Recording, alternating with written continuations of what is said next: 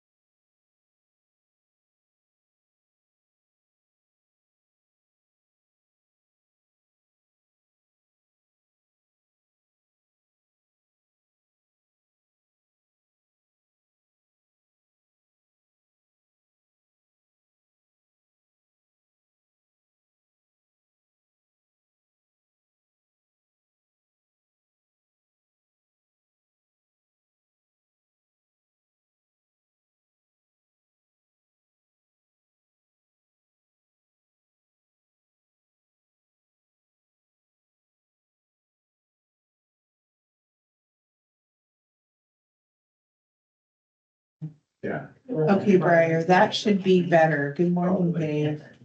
So are you guys, it shouldn't be glitching anymore. Are you seeing a screen glitch?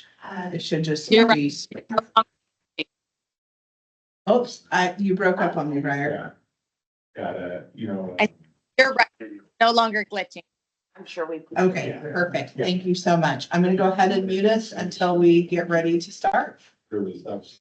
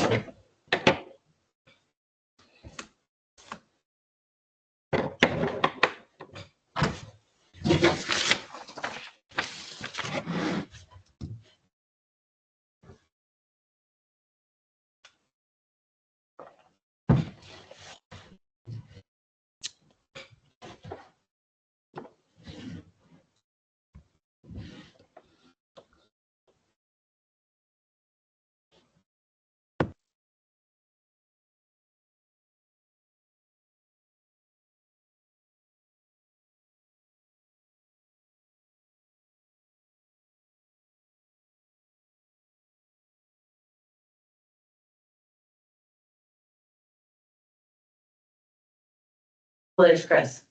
Okay. We're unmuted. All right, good morning, everybody. It is a 9:01 this morning on May 1st. And it looks like we just popped in, have enough people for a forum.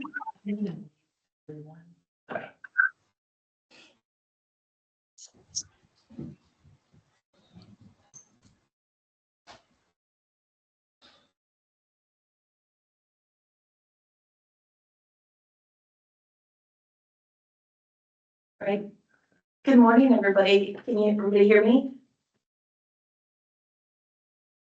Yes. Okay, thank you. Great, well, welcome.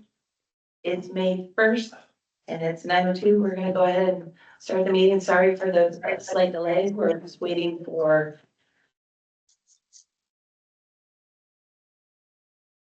Could I ask everybody to mute because we're getting feedback. We're using, Sarah's running a new setup this morning.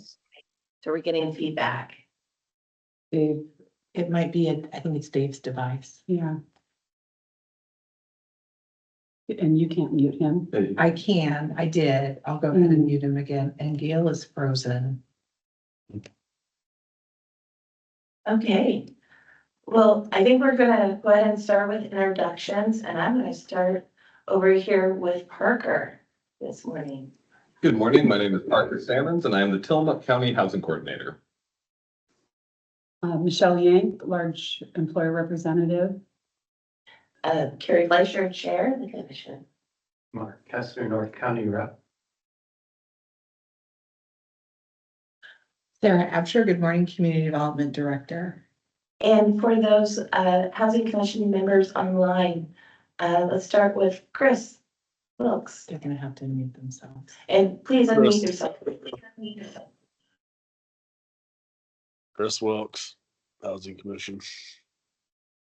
Good morning. Dave Madsen. Dave Madison, Housing Commission Member at Large. Good morning. Morning. Dave Bennett. Good morning, Dave Bennett, South County Rep. And could I remind you yourselves to mute yourself after you're done speaking? Gail. Gail Uzell, Member at Large, Housing Commission. Right. Briar. Briar Smith, Member at Large. And then it looks like we have some members of the public online. Joel, you want to introduce yourself this morning? Joel Stevens, County Council. Good morning. Nice to see everyone. Good morning. Will. Oh yeah, Will Chappell from the Tillamook Light Herald. Good morning. And Steve. Testing my eyesight this morning. You're doing a good job.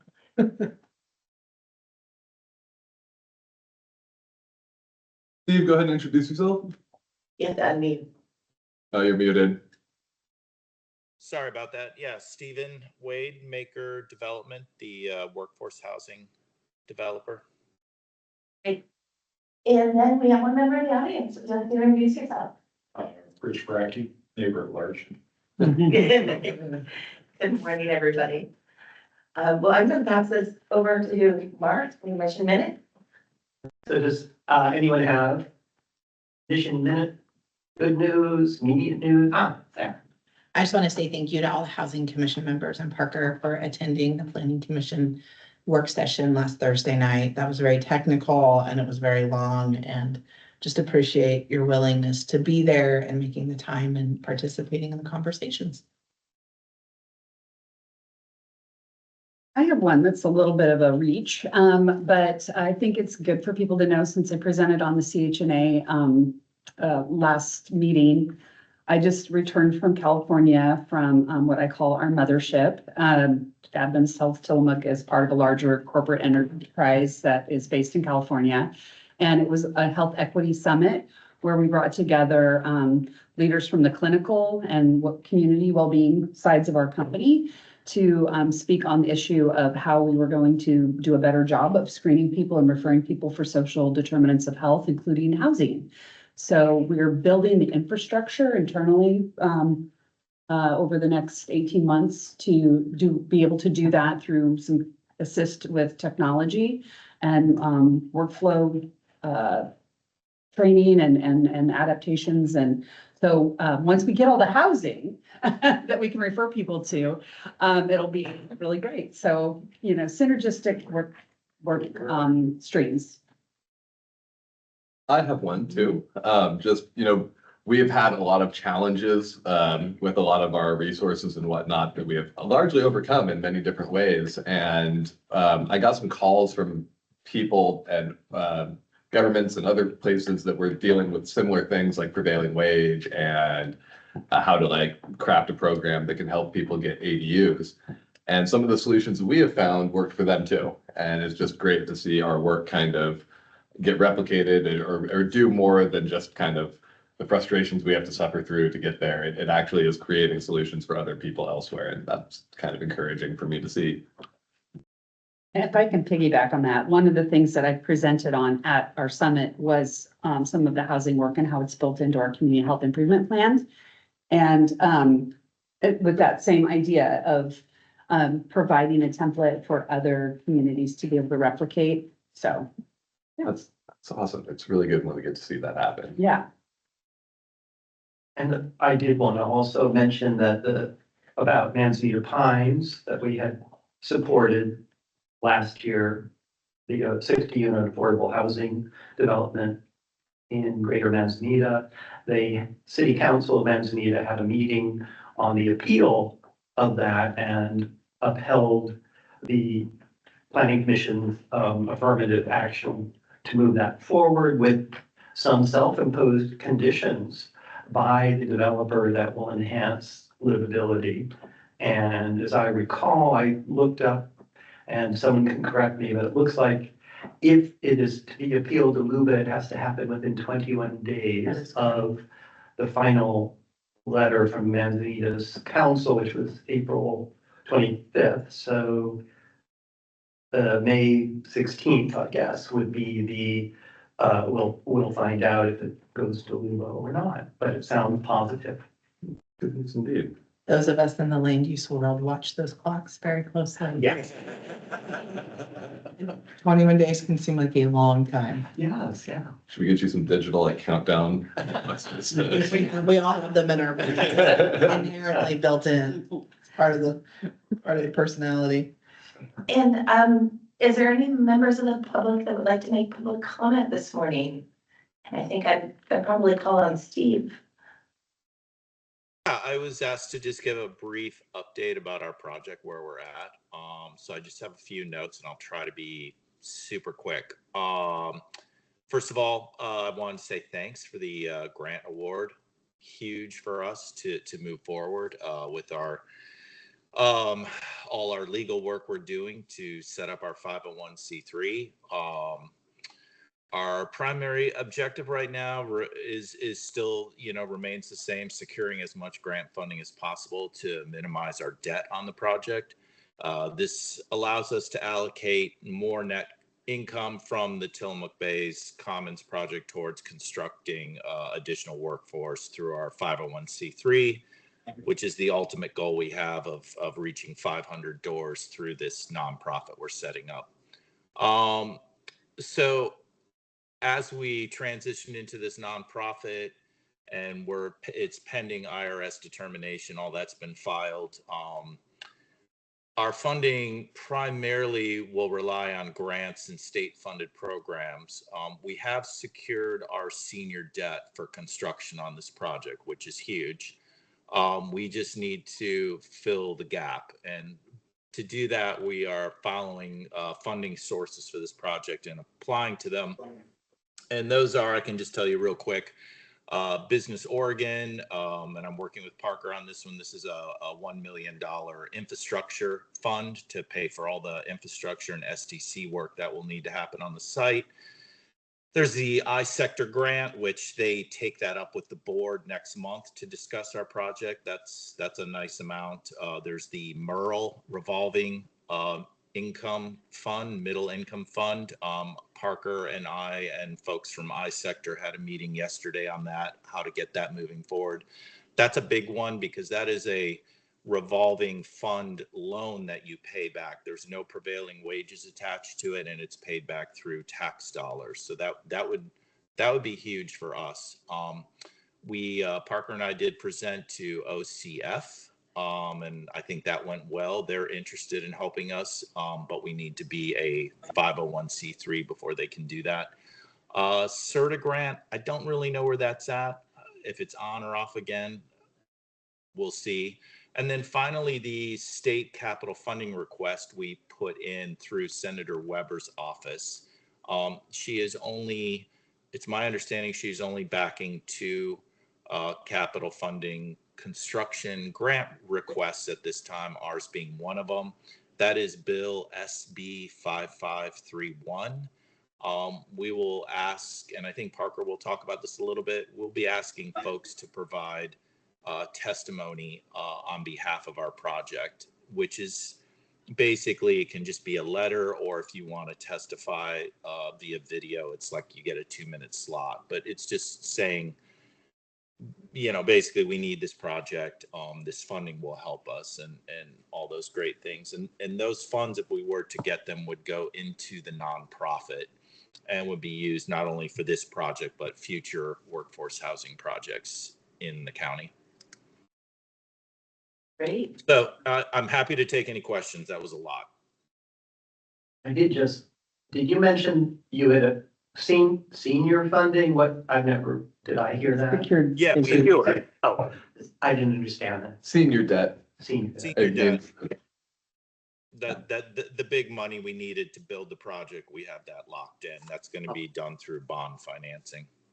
Oh, okay. Thank you. Great. Thank you for that update. And we will discuss a little bit further later on in the about some letters of support. So thank you, Steve. Instead of moving straight into the housing production solutions improvement conversation, Yeah. just to have Joel get back to his day, is it okay if we put him up next? I think that would be great. And then I just want to say, everybody, Joel is about to give us a little presentation about public meeting records and requirements and what we need to do. And please refrain from questions. Just let Joel give his deal. And then if you do have follow-up questions, you can email me and I'll forward them to Joel, or you can send them straight to Joel. But this is more of just a presentation.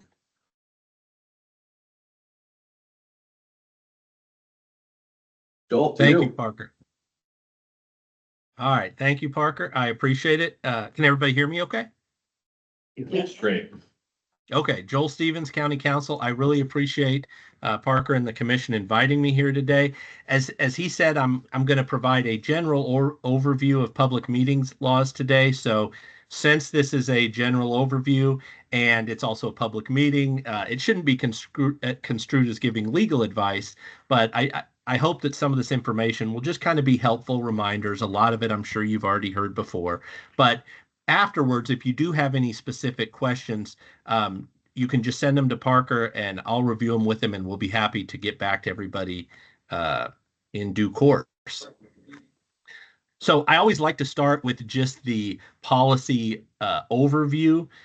So Oregon Revised Statutes includes a policy statement on why we have public meetings laws. And it says the Oregon form of government requires an informed public aware of the deliberations and decisions of governing bodies and the information upon which decisions are made.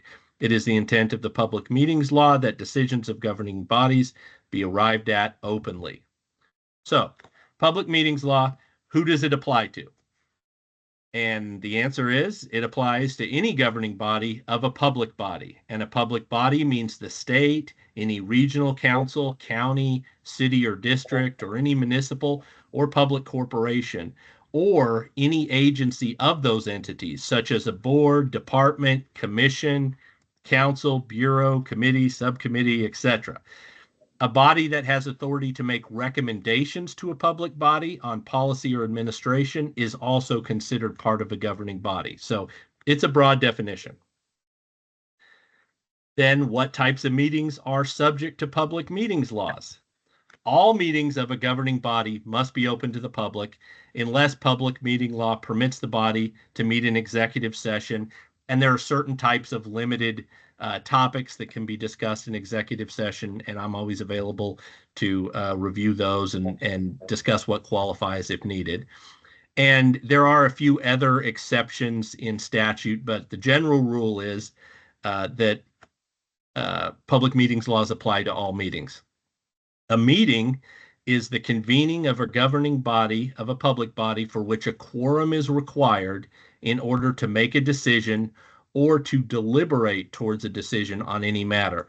So sometimes there's a little bit of a misunderstanding that the requirement really only applies to the actual decision making, but deliberating towards a decision is also included. And deliberation means discussion or communication that is part of a decision-making process. So as you can imagine, that's a fairly broad definition as well, and it includes a lot of things. The meeting law applies not only to formal meetings of a governing body, but also to circumstances in which a quorum meets to deliberate towards or make a decision outside of the context of a normal meeting. The law specifically prohibits a quorum from privately engaging in discussion or communication that is part of a decision-making process or otherwise engage in private decision-making on this matter. One of the ways that this can often become an issue with boards and other entities is serial email communication, and we'll talk in more detail about that in a moment. But it's important that if you're conducting business that is part of the decision-making process, part of that deliberation, that needs to be done in the meetings and not through outside communication among board members, emails, things like that. A question that often comes up with when we're talking about whether or not public meetings laws apply is, what about social gatherings? This often comes up around the holidays, but it can come up in a variety of circumstances. And the answer is that purely social gatherings of the members of a governing body are not covered by the law. However, it's important to remember that we must avoid any discussions of official business during these social gatherings, because if official business is discussed, that would trigger the law, and then that would trigger notification and everything else.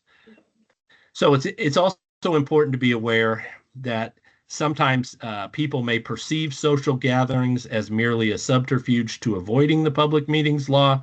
So it's just important to be mindful of that when scheduling social gatherings and things like that, and try to make it as clear as possible that this is purely social, has nothing to do with official business of the commission, board, whatever the case may be.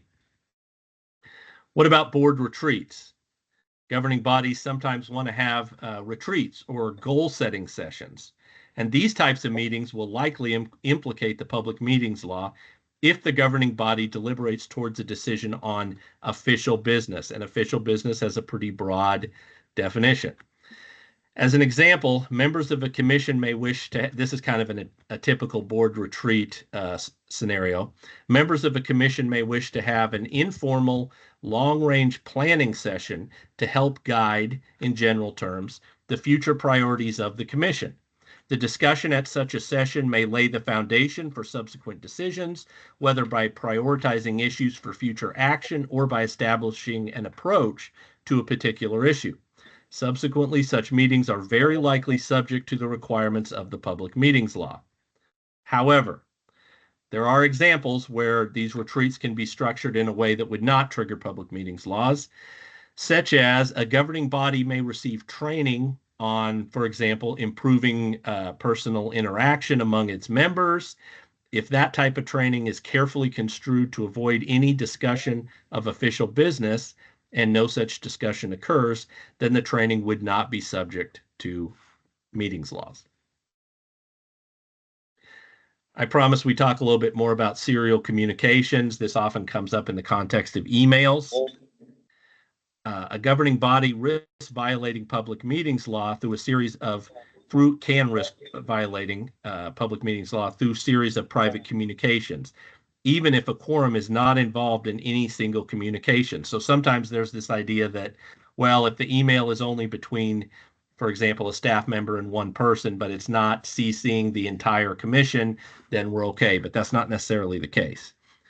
For example, the Court of Appeals has held that a county administrator's emails and phone calls with various board members deliberating towards a resolution of a public records request could be a violation of the prohibition against meeting in private, even though no single email or phone call involved a quorum. So these were individual emails. They weren't being sent out to the entire group, but through a series of emails to different individuals, they were basically deliberating towards a decision. And since public meetings laws include not just the decision, the vote itself, but also the deliberations towards that decision, those discussions should have taken place in a public meeting rather than over email. Virtual meetings is a very common practice, as we're doing today. But virtual meetings, public meetings law expressly recognizes that meetings may be conducted by telephonic conference call or other electronic communication. Such virtual meetings are subject to the public meetings laws, and even for meetings conducted in person, the governing body must provide an opportunity for the general public to attend the meeting by telephone, video, or electronic or virtual means to the extent reasonably possible. And in the modern era, with the technology we have in a lot of our meeting spaces, it's almost always going to be reasonably possible to provide that. However, there are some types of meetings, such as site visits, where it may not be reasonably possible to offer a remote option. So, if that ever becomes a question, I'll be happy to discuss that if it ever comes up. But in most circumstances, a court would say it is reasonably possible to provide a virtual option for attendance, so we should provide it. So now let's talk a little bit about what kind of notice is required for these public meetings. The statute says that a governing body of a public body must provide for and give public notice reasonably calculated to give actual notice to interested persons. And it needs to include the time and place for holding the regular meeting. The notice shall also include a list of the principal subjects anticipated to be considered at the meeting, so an agenda, but this requirement shall not limit the ability of a governing body to consider additional subjects if, for example, something comes up that was unanticipated. Special meetings require at least 24 hours notice to the general public, any news media who have requested notice, and the members of the governing body. An emergency meeting is a type of special meeting called on less than 24 hours notice. The governing body must be able to point to some reason why the meeting could not be delayed to allow at least 24 hours notice. And in an emergency meeting, an emergency must actually exist. And the minutes of the meeting must describe the emergency justifying the less than 24-hour notice. So that's something to always reach out to me if there's any question about whether or not this would constitute an emergency meeting, if that ever needs to happen, and I can walk us through the steps.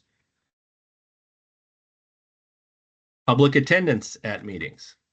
The primary purpose of the public meetings law is to ensure that the decisions of governing bodies are arrived at openly.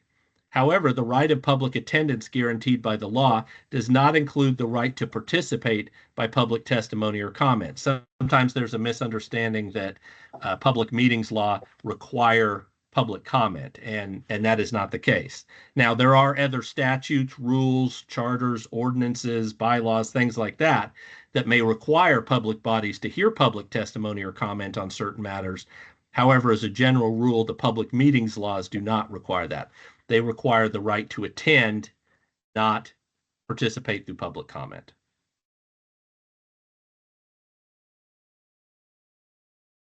Control of the meetings is also an important element to be aware of. The presiding officer has inherent authority to keep order and to impose any reasonable restrictions necessary for the efficient and orderly conduct of a meeting. If public participation is to be part of the meeting, the presiding officer may regulate the order and length of appearance and limit the appearances to presentations of relevant points. So that's where we get into, if we anticipate a lot of public testimony, for example, perhaps limiting each individual to 3 minutes, things like that. Just something reasonably calculated to give everyone an opportunity and make sure that everyone gets a turn. And now finally voting. That's the final decision. That's obviously a very important part of your role as commissioners. And what public meetings law requires on voting is that all official actions by governing bodies must be taken by public vote. Results of all votes must be recorded. In addition, the vote of each member must be recorded, and typically this is done through either the recording or the minutes of the meeting. So there needs to be a record of that. Even in scenarios where you're discussing a topic that qualifies for executive session, almost always final decision making is prohibited in executive session. So even if there was a discussion around a topic that would qualify for executive session, typically the board would have to come out of executive session into the public meeting before taking any kind of vote. So that is just a very quick and kind of general overview of the typical structural requirements related to public meetings. Parker, is there anything else you wanted me to cover that I didn't cover today? No, the only thing that would really be great is if you could explain when a quorum is required and not, and when we can meet without a quorum, and what topics can happen in those types of meetings.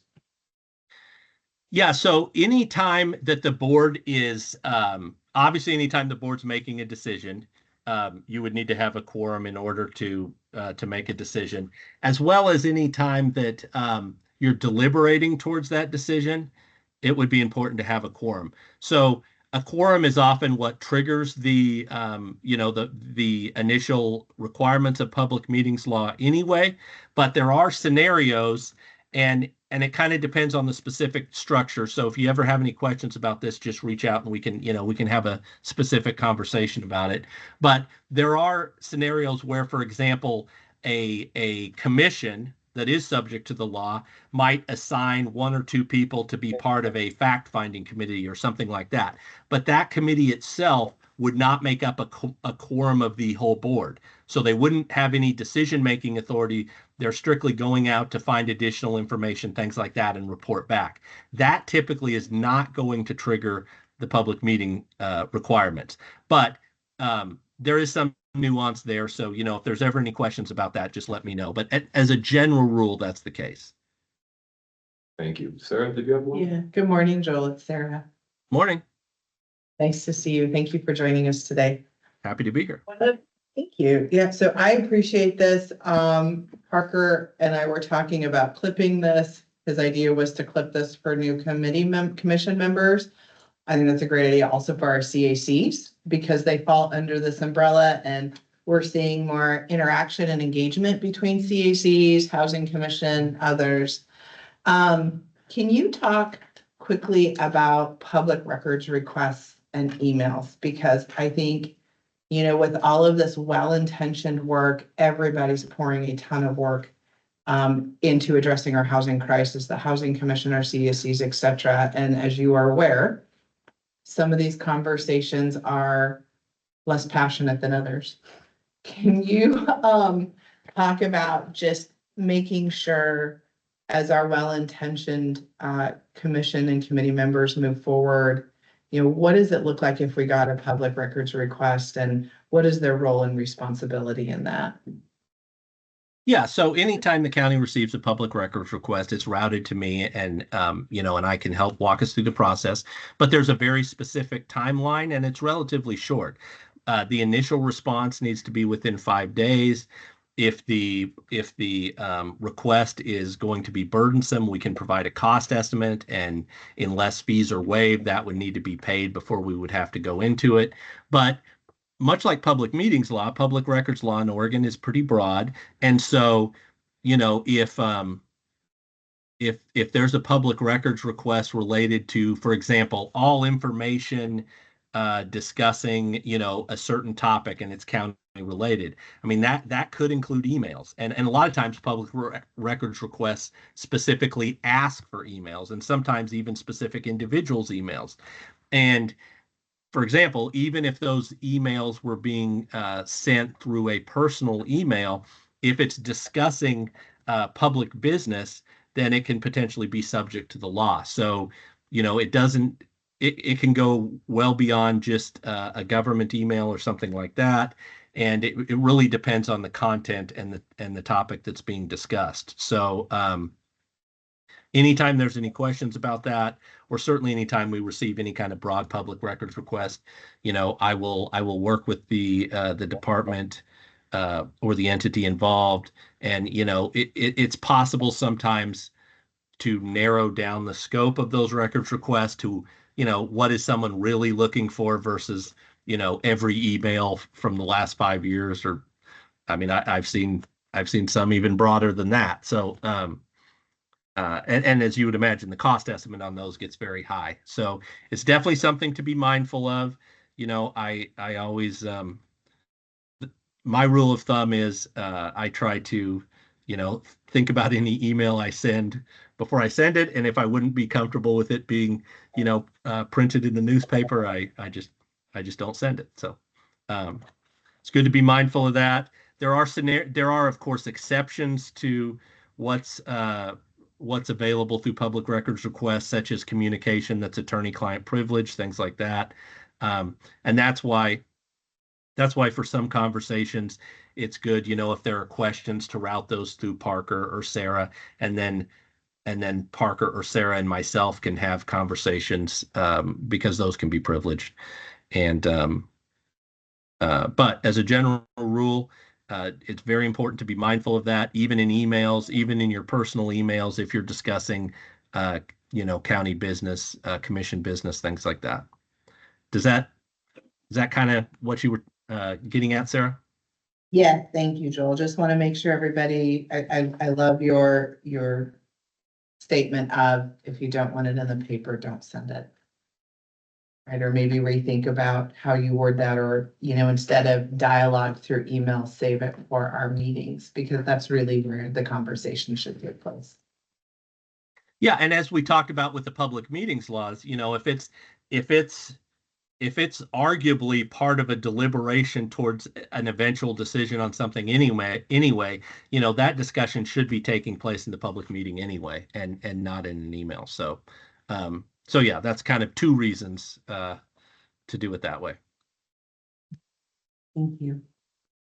Thank you, Joel, very much for your time this morning. Yeah, absolutely. Happy to. Let me know if there are any other questions, and I'll be happy to work with you on answering them. Great. Thank you so much. All right. Have a good rest of your morning. Thank you.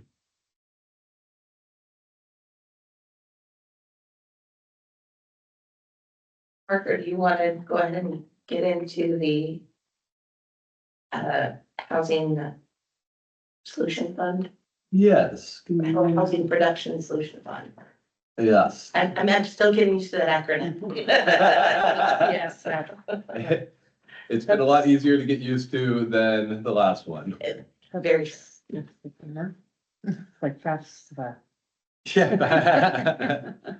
All right, well, good morning, everybody. Today I wanted to, I've heard some of the suggestions, just like last year, we had the follow-up survey about the housing fund and how people thought it went. Again, it was overwhelmingly positive, which is great, but there were items that people called out as being important to improve. And a few that I have from my side of things found could really improve our process. So to that end, I'm going to go through some proposals I have, and it is striking. Yes, so I'm going to go through some proposals I have, give some chance to talk about it. I'm also going to immediately throw this slide up to the county website because I have not put it there yet, to make sure that you all will be able to download this afterwards. Mostly though, today we're going to talk about some of these changes, and we will make the official changes at our next meeting in, oh my goodness, June. It's coming up quick.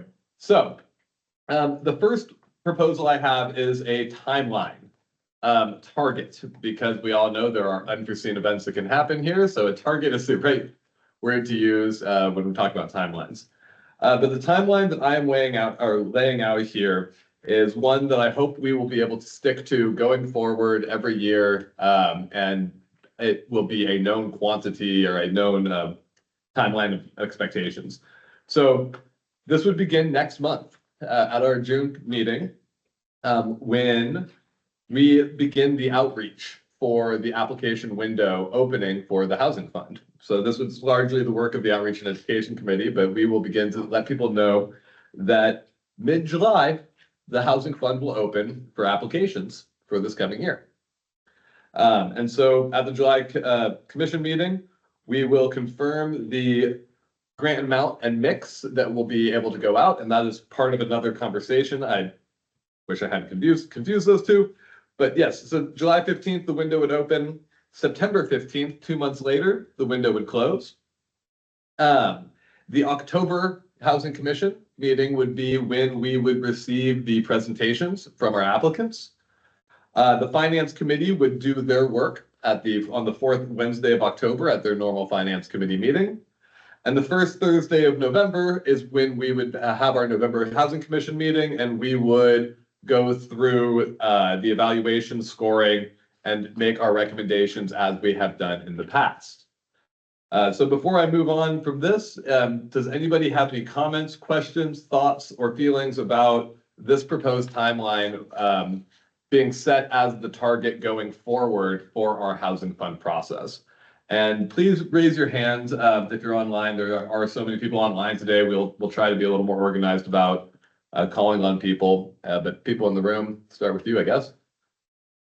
I like it just for the fact that it'd be moving it out of the holiday season. We can get our work done prior to it, and I think it's also expediting your work into that time period. And it also is a nice short window instead of having these applicants wait for a month. And then and also in this time, we had a delay because of the weather. Yeah, yeah. So to have a consistent time frame on an annual basis, and I think this is close to what we originally established at the beginning. Mhm. We were trying to get everything in, out, the door. So I like the timeline personally.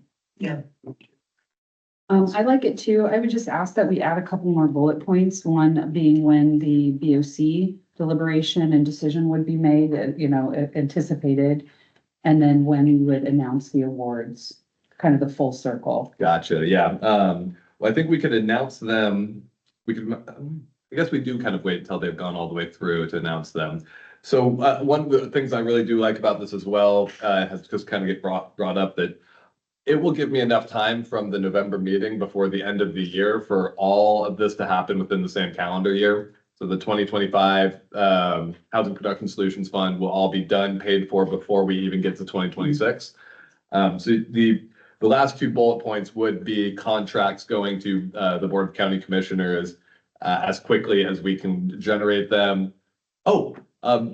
hopefully we will have our coal pack agreement in place so that this work would be largely prepped and ready to go. So we can have a very quick turnaround. But Michelle, I will add a couple of bullet points that will clearly lay out what happens after that and what the key checkpoints are. I would also just add, so when we first looked at this, what we talked about was a September announcement. And the reason why is because the majority of the funds collected are between May and July, and everyone essentially has 60 days. So the only thing with that is making sure the money is there to award because of the collection cycle of the payments that fund the grant. So, I think some of the other proposals might be able to take on some of that risk or to make sure we're sure on where we're at. right. I would just say if you announce it and open it, what we may not know is until you're hearing these presentations in October, what the actual award amount is. Our goal is always 400,000, but I just, it's a revenue stream that I can't always just the timing of that and with that 60-day grace period, just want to make sure we all walk into that. Because when we had talked, it was still August or September it would open. Yes, that's true. So, yeah, so I think this will work. I just want to caution that, we may not know what we may have more. Right. Right, but it's just, you're opening the grant when the biggest collections are coming in.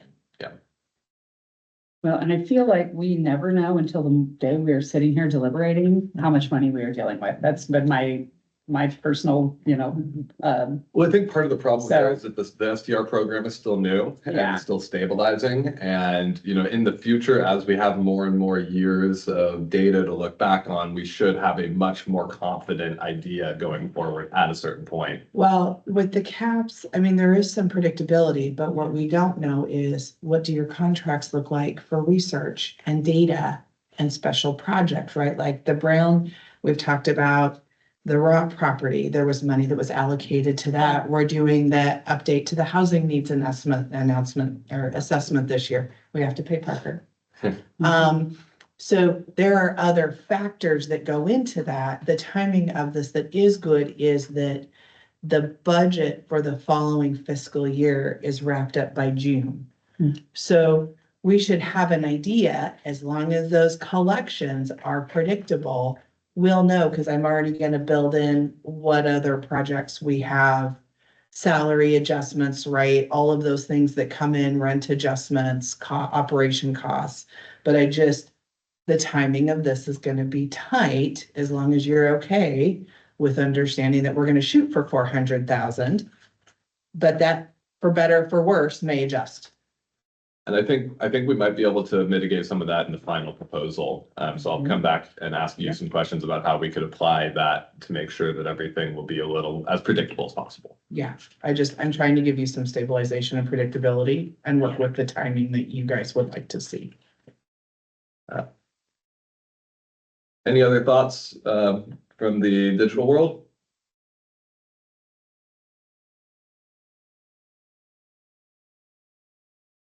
Dave. Do you need a motion or any direction on this?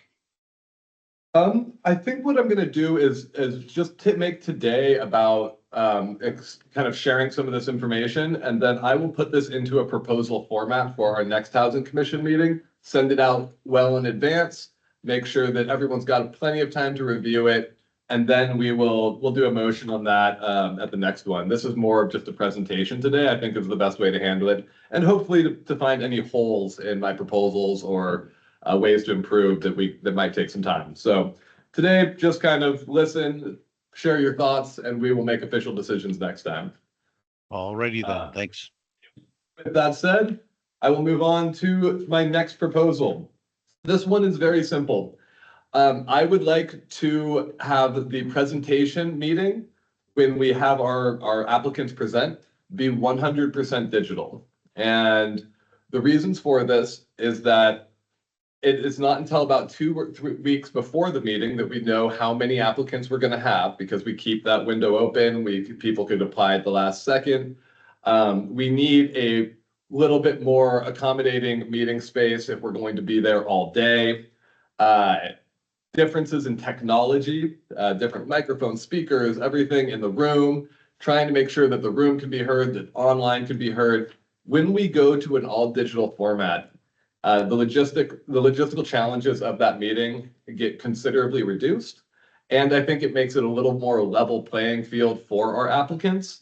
We also remove the risk of there being a weather, rain, flooding event during these meetings.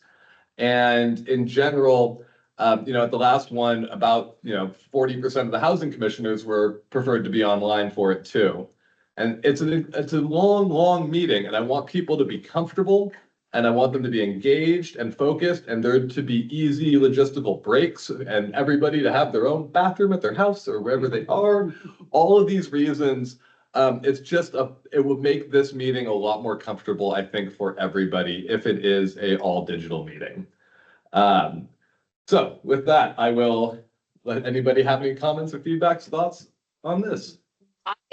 I personally really like the idea of digital because, I mean, I do attend these meetings most often digital, but the reason I really feel is I hear there being connections in the room, and I always feel like it's super sad for those that weren't able to come in person, that they're not making that same level of connection. And this really just makes it an even playing field. And some people really were great about the hybrid, but others weren't as capable and hadn't had many opportunities in their lives to do a hybrid model. So they were either really engaging online and not in person, or vice versa. And it gave them a huge disadvantage. It came down to presentation skills and what they have done in their administrative life, as opposed to what they were really presenting. So I love this. Thank you, Briar. I guess my takeaway was I'd prefer to have it all in person, but that was just me and my takeaway from that meeting.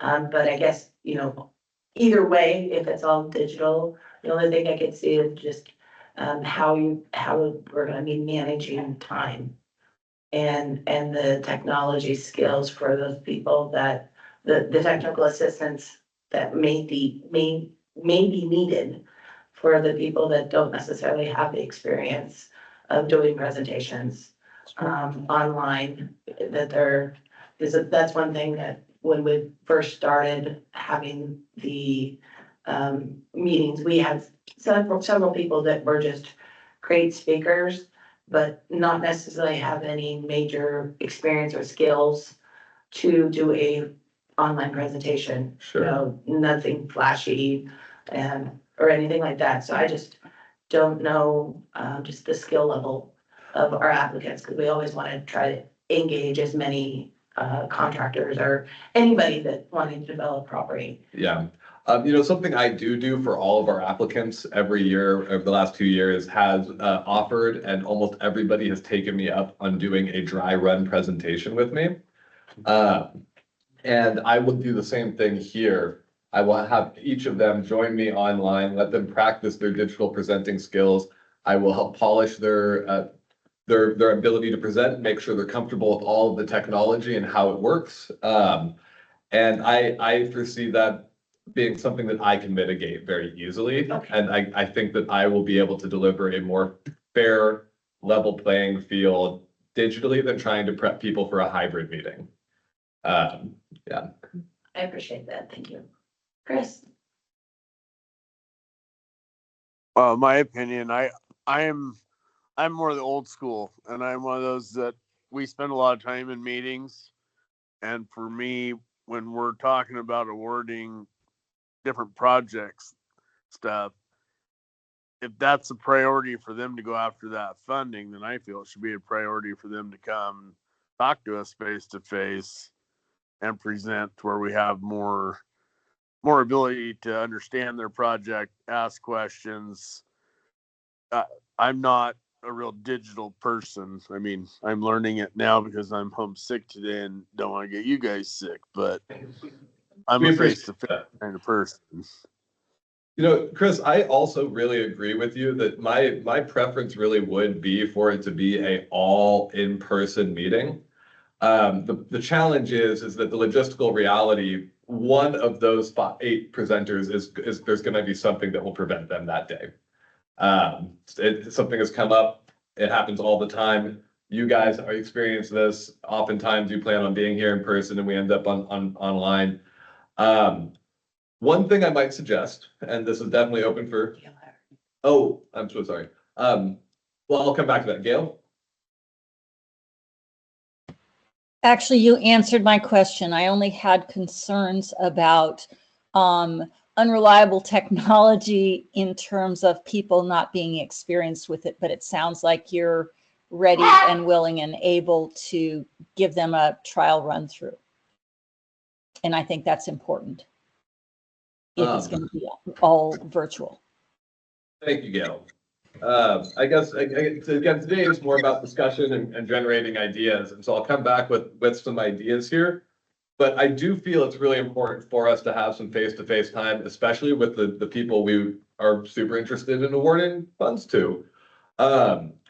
Which one suggestion might be that they need to come in person to accept their award and to have a little bit more time for us to question and answer, get more secure, more comfortable with them.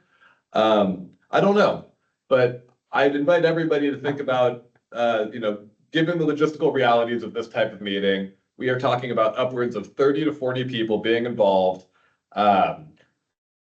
Just sort of, consider all those challenges. And if anybody has strong feelings, please email me and let's talk more about that as we work through this. But I'm also continuing to keep the floor open for anybody who has thoughts now. So I'll weigh in. Go ahead, whoever's online. This statement, I do feel more open to all in person or all Zoom, however, Teams. But I do think the continuity of one way is the direction that we should head and is more equitable for everybody.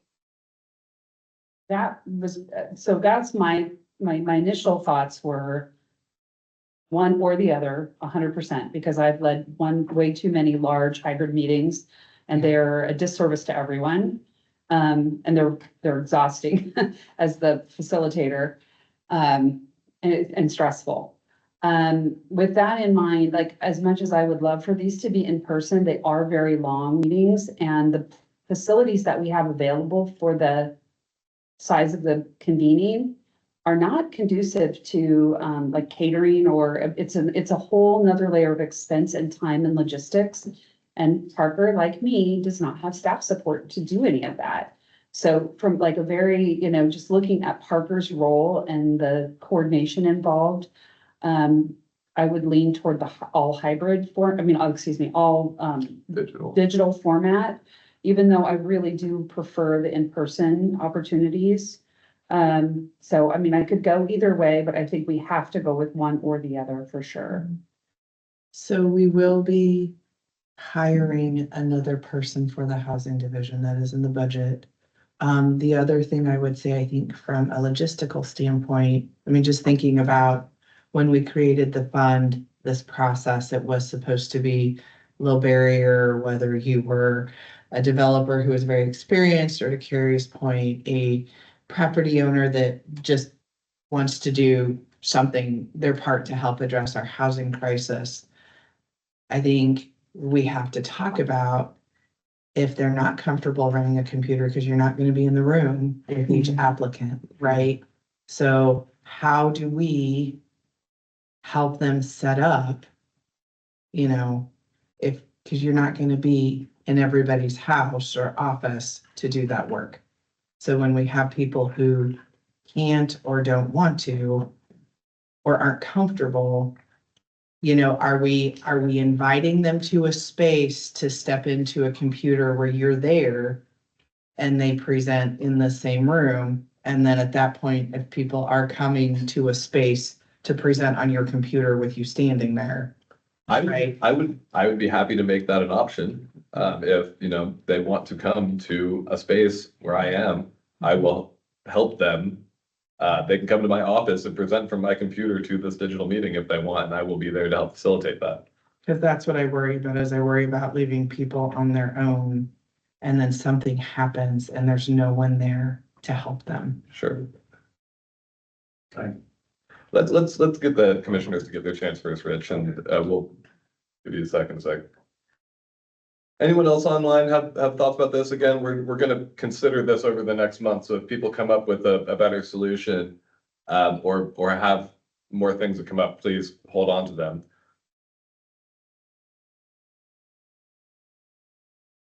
All right. Rich, you Yeah, I just these? Yeah, I just kind of wonder about once again, the idea is to build the community via local contractors and such. And I think, like Chris was saying, a lot of the local contractors are not computer savvy. So you're going to be getting a draw from outside the community where we really want to include the community and the construction people inside the community. I just wonder if you could do a 1 day live presentation, 1 day, computer presentation. That's an interesting thought. But just kind of with all public records and stuff, every time we have a meeting, there is a big logistical and overhead cost of just getting it set up. But it's not a bad idea, and I appreciate you suggesting it. Any other ideas, thoughts, opinions, feelings, silly noises? All right, hearing none, I'm going to go on to my next proposal. This one is a little bit more complicated, needs 2 slides to fully explain. But basically this works out to, I'm proposing that we, before announcing that the fund is open, before we let people really apply, trying to establish what grants are available this coming cycle and for how much. And this is for a few reasons, but chief among them is that the worst thing that I'm discovering to have orbiting a housing project is uncertainty. And when we put the message out there that there is $400,000 to apply for, we get an awful lot of applications requesting $400,000. And the moment we start to get those, we all know that nobody's getting the $400,000. But there's still this hope and expectation that possibly there is enough money to lift their project all the way up to this level. And the reality is that that is not the case. And so we are doing a disservice by advertising this total amount and letting people apply for it as if it is one giant pie when really it is a slice. And so what I'm proposing is that we slice our pie up ahead of time, at least to a certain extent. And going back to Director Absher's comments on how we, the surety, the timing of the collections and everything, perhaps there is a way where we can set these grant amounts that are far enough below that there is some wiggle room that we have left over at the end. But in a moment, I'm going to show you an example slide of what I think this looks like. But for now, I just want you to consider basically setting the types of grants and the amounts ahead of time. And what that looks like in this example, using our $400,000 that has been standard, this gets cut up, let's say, into one $250,000 big lift construction grant, or a last mile grant. Somebody coming saying, hey, I have everything lined up. I just need this small piece to get me over the line. And then below that, having a pre-development or a catalyst. And again, these are just suggestions, ideas, and concepts. And I'm really excited to hear your guys' take, namings of these or anything, any thoughts. But having a level that is more geared towards pre-development, if they need that geotech and that whatever assessment it is that they need at that stage, that there'd be money for that pre-development that is so hard to find funds for. Or if they're like, hey, I need this match so that I can go out and get more money, there could be a grant level for that. And then finally, we do have the dreamers that we do also want to support. People trying to figure out what they can do with their property and don't have the funds to just throw money at investigating things. This is people reaching for housing solutions that we think are viable and important and engaged. So this is kind of my initial take or attempt at dividing this up. But given Sarah's comments and given the goal of this being to provide surety, I'd suggest maybe we lower this below our expected 400,000 so that we have some wiggle room to do other items or yeah, to feel good. Michelle? I think, so first of all, I love this idea. Certainty is really important for people. And especially it's a driver of mental health outcomes. Uncertainty is very, very bad for mental health outcomes. And so getting our hopes up for something and then having them crashed, is not something we want to be inadvertently doing in our work. So I love this idea. I would suggest that with Sarah's comments in mind, that we say, up to one, so keep the 250. I think we need the big dog in there. But we could word it to say, one grant of up to 100,000. So we could scale it back if we don't have enough money. And then just say, two, grants up to 25,000. So then we have some wiggle room on those back two categories if something goes sideways with the STR collection. That's great, not only for the reasons you suggested, but also especially at that pre-development and that dreamer level, they should be telling us very specific things that they are doing. Yeah. And we should be writing check amounts that go down to like cents. Yeah. Because they have the quote, they're like, the geotech cost me exactly this amount. That also opens us up for many people coming in and asking for one little thing to help their housing Just need to project. cover the SDC fee for this or whatever, and then good, well, we could cover 2 or 3 of those instead of one That's nebulous, dollar amount. That's a great amount. And then also having our big one for the year being a very clear set amount, I think that does a lot of good. Thank you. What has been our highest award in a dollar amount historically? Kingfisher? It was Kingfisher. I think it was what, 250 or 280? I think it was 300. Okay. And that was the year we had the extra 400. Yes, yes, that was our Yeah. figure. Yeah. Right. And I guess my only like initial knee-jerk reaction is just the fact that we would just essentially be funding one project of construction where I don't know, I'd almost would like to see that split in half into, or like 125 for 2 projects. Just, I don't know how many projects there are ready, but that'd be, What if we called the first one the last mile grant? And then the second one could be pre-development to construction or something like that. I yeah, think part of the goal here is to help some of these projects get done. Yeah. We're helping people limp along on their exhaustive, arduous journeys, and not get to the finish line. or make that, the at the 100,000, the pre-development catalyst or small construction boost grant or something, but, and it could be multiple up to, we're gonna give a total of, that might be where we do some pie slicing. And maybe put some criteria with each one of those award buckets so people have a clear understanding of what they are applying for. Yeah, not only the criteria, but also the scoring will be a little different for each of these, Yeah. I feel. And so there will be a very clear understanding of what the different values are on each of these, what different scoring element there is. I envision a scoring sheet that is used on all 3 of them, but each also has a different couple of line items to suss out that level's,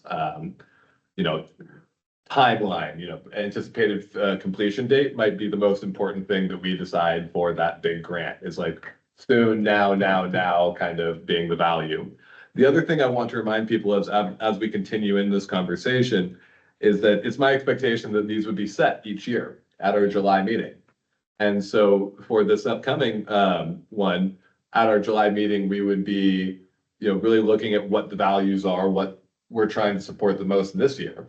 And if that is, we want there to be one big push. We really want to see something over the line, or it could be ADUs are so popular that we want to have lots of ADU grants available. It lets us be a little more nimble. It lets us to adjust to what's out there. But at a certain point, we do have to commit to this and send it for the current year and then live by it. And so whatever we decide, I just want it to be something that we can agree on, set, and go in July. How would you come to that informed decision if you don't know who's going to be applying? That So would I be, oh, go ahead, Sorry. Brian. Sorry. I do find with, I spend a lot of time writing grants, and they typically aren't solid in, we're going to give two people $25,000. That's not the standard. That tends to be people that don't do grants and don't offer funding frequently. Like Kubota's like, hey, you know what? We're going to give out some money. It's going to be $25,000 to one person. But foundations tend to say, we're going to give 2 grants up to 25,000, and we're going to spend a complete amount of no less than 750,000 this year. So it might be nice to just have language that's a little looser, because as you said, like someone may come to us and have a $10,000 or 25,000, whatever, gets them, it's done. That's all they need. Well, we wouldn't want to use a $30,000 slot for that. So some flexibility in our wording being open-ended, where it's saying, hey, they could be up to, as opposed to one will be 100,000, period, end of story. That's just my. Good point, Briar. I like it. Yeah. Yeah, no, that's a very fair point. Yeah, but what I'm hearing is we're saying exactly what we're currently saying that isn't working, which is we're gonna have up to 400,000 and we'll be awarding multiple grants of up to some Up to undefined amount. 400,000. Right, and so everybody's like, well, then I'm gonna apply for the full 400 that you have, and I know that my project is worthy of getting the whole thing. I think My what Briar's suggestion saying is- though. Oh. Good. No, you got it. Go ahead, Parker. I Okay. think Briar's. This is why we can't do hybrid meetings, people. I think what we should do is have them fight inside a coliseum.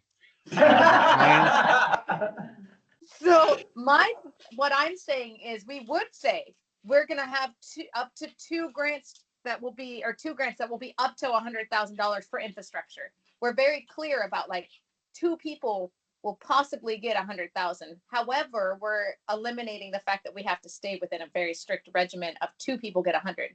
Because should someone come and one wants 75 and one wants 100, and we love this candidate, but they wanted 100, but we can't do that, we could say 75, 125.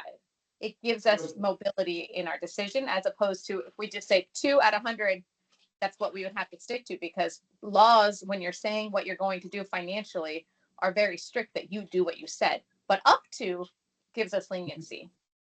You know, it also occurs to me when you're saying this, that just by setting the total number of grants we are willing to give out in a year and stating how much funds we have up to give out is the most flexible option, while constraining us to just a few projects so that we don't end up cutting up the pie too thin. Mm-hmm. So really, taking Briar's suggestion to its most simplest form, and Briar, correct me if I'm not saying this right, but we could just say how many grants we want to give out and up to the total amount we're willing to give out for those grants. Yeah. And that gives us the most flexibility. Yeah, that hits the mark. It's not exactly what I was saying, but it is 100% in line with my point of adding flexibility and not overcommitting ourselves to a strict regimen. So anything that does that, I like. It's a really great point. I will say that I continue to finalize our coal pack agreement too. And that as we move into having assistance with pushing these out in a more standard grant format or a forgivable loan format, that there will be a cost associated with every grant we write. Right now, that cost is my time and Bill's time. And honestly, we spend more of that per contract than Coalpack will charge us. But it is now a cost that will come out of our fund instead of just time costs. So just considering that as well. Limiting the number. Yeah, it keeps it much more manageable. This year we have 6. I cannot tell you guys how much time and energy it takes to get 6 contracts through the attorneys, approved by the the chief executive and the contract writer at the county, then back for signature, then taken to the Board of County Commissioners for their signature. Then it's vouchered by the accountant in my office and sent to the Treasury Department, where they then have to either cut a check or do digital transfers. It also takes time and energy. The combined total of all of this work, it doesn't seem like it should be a lot, but it is a ton. I'm comfortable with the up to. I don't want to fail meeting expectations. Yeah. Because you're collecting revenue to fund this from a place where I have limited control over the time. Yeah. Returning to that point, what would be in your mind, and this is something you can come back with if you don't have an answer on hand, but just what would be a comfortable level that we could state up to that would be able to be more sure of collections and taking into account potential expenses? Well, we wouldn't be able to announce that until after the budgets were approved because all of the contracts and other things that are part of the work the Housing Commission wants to do that following fiscal year. I mean, it might get to a point, because I can tell you as being the one responsible for the budget and bringing that forward, I am starting to see those competing needs surface. And I think at some point, there's going to have to be a decision of what's more important and what priorities the board also sets for this commission as well, right? Because the update to the housing needs assessment was a big deal. We have DLCD coming in for housing production strategies. I'm going to be going after a $250,000 grant for that so that we can protect this pot of money. But I don't think I'll know until June, right? Which fits your timeline. So we have X amount of dollars to give away this year, and it could be more. I mean, the program, even though there's caps, it's still growing, but we did with the program, just to give you some perspective, with the program updates we did this year, and I talked about this before, we just refunded over $40,000 in operator license fees because guest occupancy was adjusted as a result of some of those program changes, right? So, I mean, I think the target and the goal should be 400,000. And if we're concerned about that, we're going to have to talk about it as far as, okay, but you want this study done, or there's this other project the commission wants to do, or the board wants us to fit this in. I think that'll be a conversation that will happen every June. So then which is why the July gets a little dicey, but I think we can make it as long as everybody understands walking into these changes. We may not know until June, right? And then whatever that dollar amount is that I can confidently project, we have to be okay with.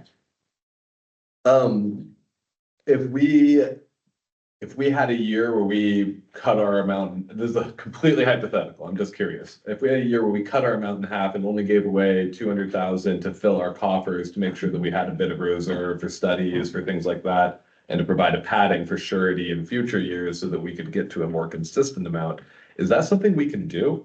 It might be. I mean, it's a special revenue fund, right? So it's not like there's a carryover, and it's not that you have to spend every penny every fiscal year.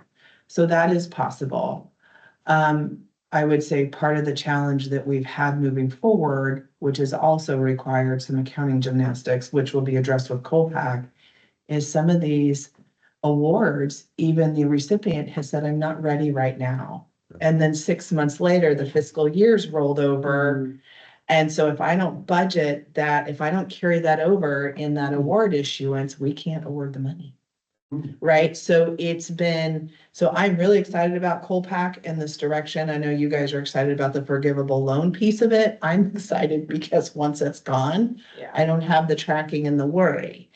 But I would say, I think what we do is we establish those amounts in June and just do the up to.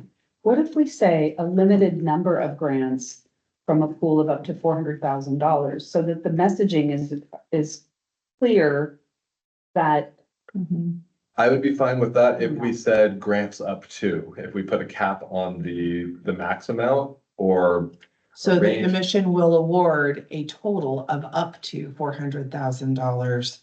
And No greater than one grant being $100,000 or something, just so people again don't have those pie in the high sky expectations that they can get the whole thing. right, but I would say, I mean, just There's a few of us that have been here since this started and looking at the variety and the breadth and depth of the awards. I would not I like the idea of saying, up to, and even if you have some very broad categories, like the Creamery, they do their community foundation grant, and they've got some different things that they do when they give away their money every year. I think some structure is good because I appreciate the predictability and the expectation on the recipient part. But I think we can help shape that through communication rather than really pigeonholing our process that you may regret later, right? Because you're going to decide what you're looking for before you know who's asking for your help. Right. And part of the biggest piece of this has always been, this is a special and unique program to help people. If I could call on some people, I would really like to get both Dave Bennett and Lydia, if you have any thoughts on this. I know that both. And then I would like to also get Steve's input just because he has replied as an applicant. But we'll let the commissioners go first. And I do really want to hear from Lydia as she interacts with so many different grant avenues. So Lydia, do you have any advice here or thoughts from your perspective? Oh, we can't hear you. Unmuted. She is unmuted. Yeah. I think she might have the wrong mic selected. That's what happens to me. I have to press the little arrow next to the microphone and select the right one because Teams is different than Can Zoom. you remind everybody? Sure. Lydia is with Colpack.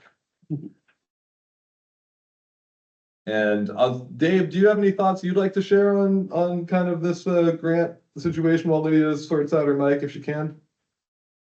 Parker, I sure understand what you're trying to accomplish. At the same time, the requests that we've received have been so unique and cover such a wide breadth of dollar amounts that it's kind of hard in some ways to categorize them. I can see a situation where, for example, we might not find two dreamers that want to get money from us.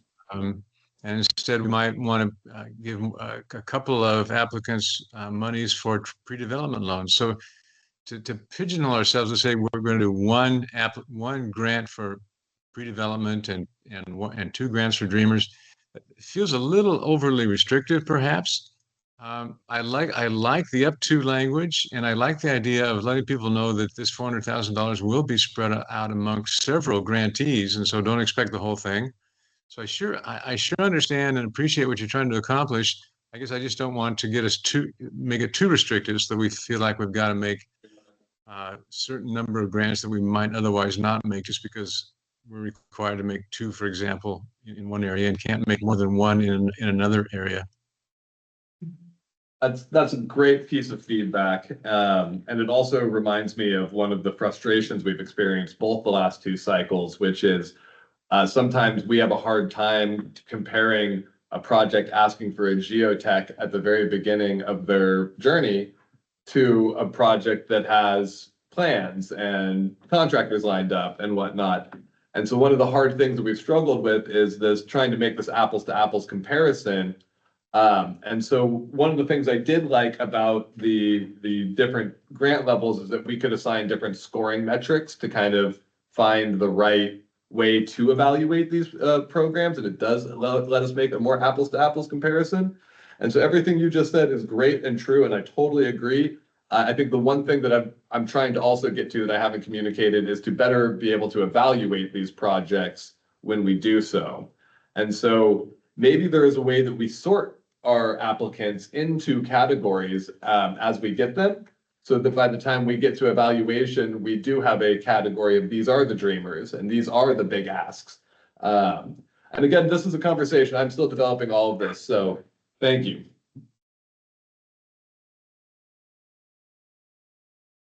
Yeah, Lydia, did you find yours? I don't think so. I'm sorry. He may be looking up the regulations for gladiators. Oh, we had Joel here. We could have asked him. We'll have to have the attorneys back to get the death match rules for us. Carrie, is it okay if we give Steve a comment here? Yes, please. Hey, guys, Go ahead. can you hear me? Yeah. Okay, cool. Well, Parker, you know, I've applied for probably a dozen grants at this point for this project all across the state. And just a few points I wanted to throw at you guys that may be helpful. One thing that I think would be good going forward is if you guys have a impact on community factor in your scoring. And by that, I mean, have they pre-leased? What's the door count? How does that impact the community, economic drivers, those kinds of things? That to me ties into the amount you guys are giving in your different groups. I think it should be tied to 10,000 per door, not 20,000, because you guys don't have enough money to give out at 20K a door. But 10K a door makes a lot of sense. Like for our project, 36 doors, $360,000. That's, you know, if we went with your other formula, we're over 700. It's like that money's just not there. And I also think that's important because if you're giving out equal money, let's say 100 to one project, 100 to another, but one project's 30 doors, the other one's 4 doors, they don't have the same impact on the community at all. Like, I feel like there should be some scoring in there. And lastly, nonprofit status. Since we're pivoting to a nonprofit, we can't get investor dollars. There's no back end for us. There's no profit. So like a for-profit or even just a local developer gets grant money, he can put it into his project, then, you know, eventually he can sell the project, make money. So basically you've helped him or her or whatever group make money. As a nonprofit, you don't have that. You can't take the investor dollars. And like, as an example, the Business Oregon stuff I'm going through right now, for profit for the same application I'm applying to, as a for-profit, you can only get $7,000 as a loan. As a nonprofit, you can get $100,000 for the same thing as a grant. So there's a real difference with a lot of these that I'm applying for. Over half of them I'm working through right now will only give us money if we are a nonprofit. If you're for profit, there's $0 for you. I just think that should be part of your scoring. That's all. Thanks. Thank you, Steve. And I will say that we do require a 10-year commitment to ownership when people do go through our fund, and there are deed restrictions that could transfer in the event of a necessary sale. Also, that could trigger our clawback provisions. I just want everyone to know all of those items. Lydia, did you figure out your mic? Yeah, how about now? Yeah. Great.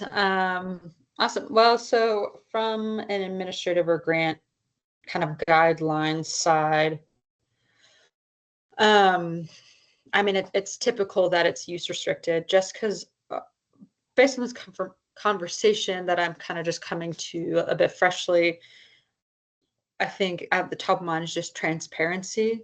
So when we're talking about sorting applications into categories, those categories need to be uniform, if not exactly defined as the categories, what it would be published. So there, I feel like what we're talking about is commission priorities and then defined categories. And so maybe that's would be helpful for me to understand that those are the same thing.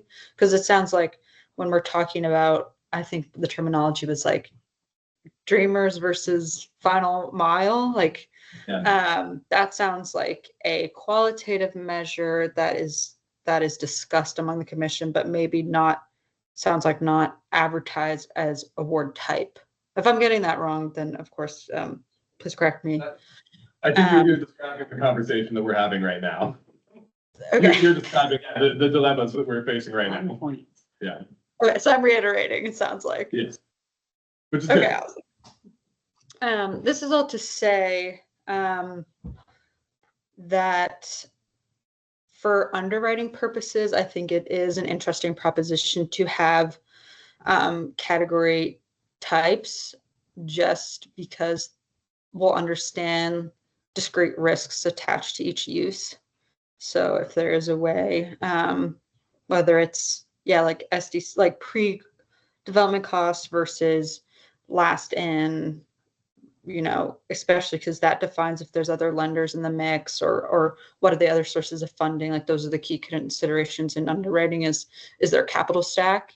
So just from Colpack's side, we'll kind of be able to get in a rhythm of certain buckets of what we should be familiar with in a type of applicant and the project that they're undergoing. Yeah, that's just the top of my head, kind of what the considerations are now.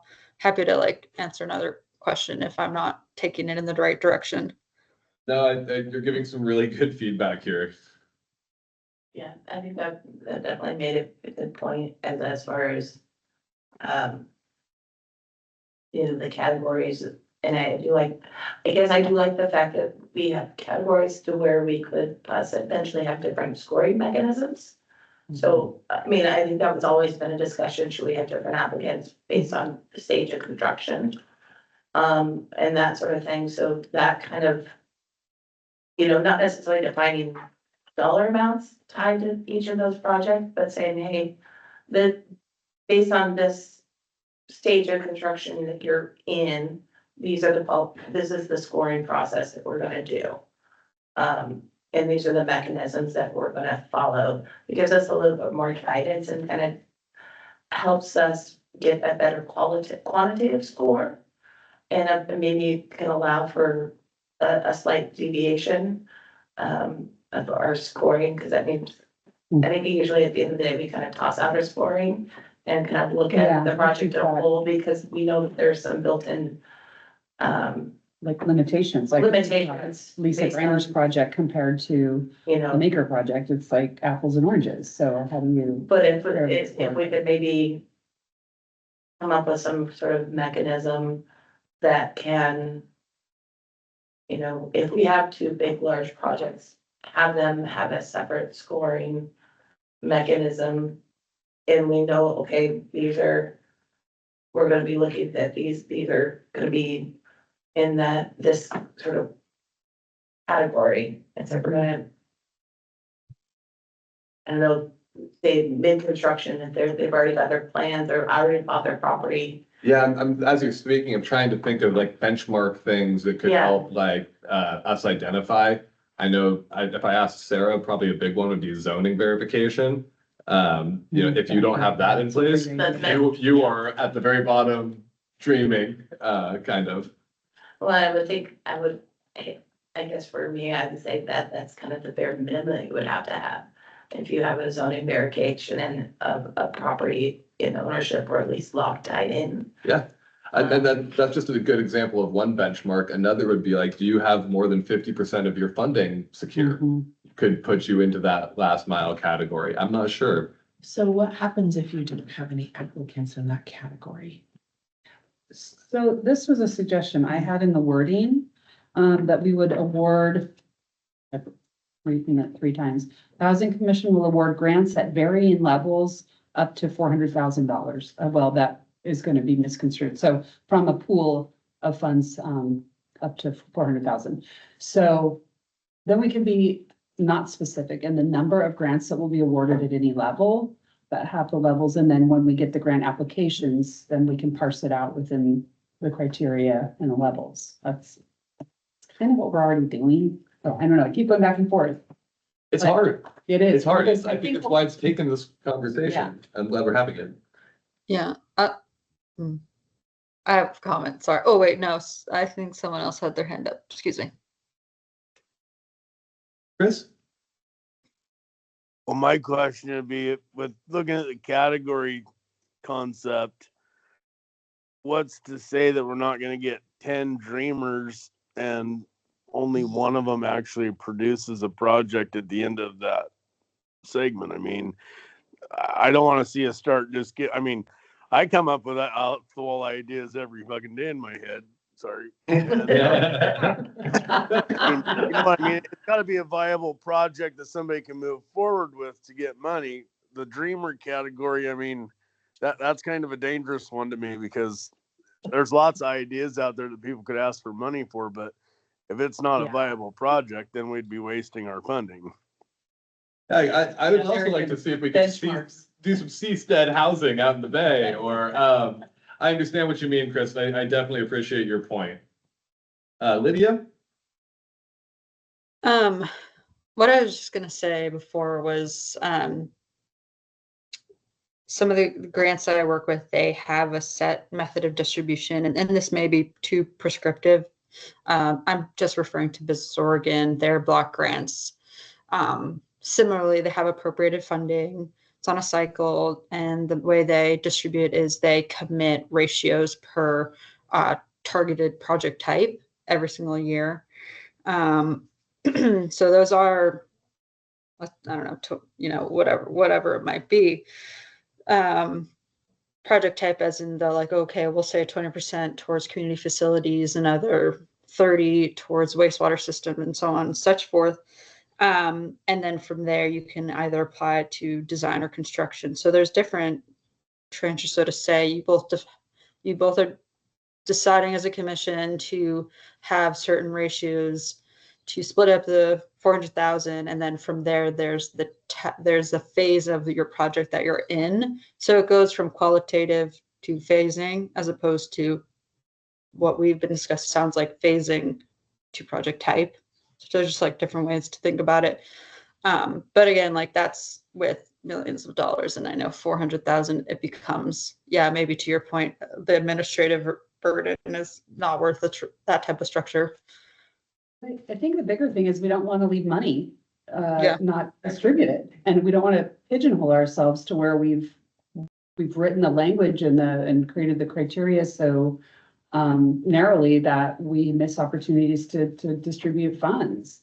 So it still has to be vague enough that we can entertain any and all viable, credible project proposals, and we can develop that criteria. I really do believe that we have that. We can workshop that. There is a solution here, and I'm really appreciating everyone's contributions. I'm gonna try and wrap up this conversation to make sure that we have time for the rest of our meeting. If you will all hold your thoughts and send them to me and bring them to the next Housing Commission meeting, we will continue this discussion, and I will bring a proposal that is more reflective of all of the things that I have heard today. And hopefully we will be at least one step closer to finding a more productive path forward. I also just want to throw out that attainable is one of our goals and one of our guiding kind of values. So it is, the attainability is something we do need to consider. With that, unless there's anybody who has a pressing comment on this conversation before we close it, I will move on to my very brief housing coordinator report. I'm just giving everyone a chance online. Anybody? Okay. Seeing none. Housing coordinator report. 2 of the 4 housing production solution fund contracts have gone before the commissioners. I expect to take the final remaining 4 before them next week. Which means that we are about 2 weeks away from wrapping up this whole year's process, the 2024 Housing Production Solution Fund process. And here we are in May, just also illustrating why I think getting a timeline, trying to get this done very quickly is important.